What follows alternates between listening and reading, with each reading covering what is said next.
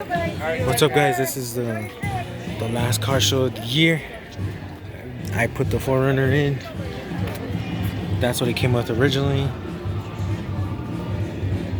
It's been in the family since brand new. Everything is original on it. And no, I'm not selling it. But this is the car show, and they're playing Happy Days in the background. So that's the shirt for this year.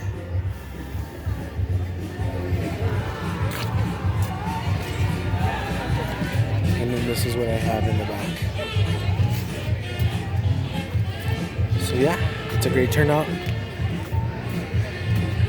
But I'm gonna get more time and do it next year again, hopefully, and then do another truck in, I don't know, eventually. But for now, we're just gonna do this.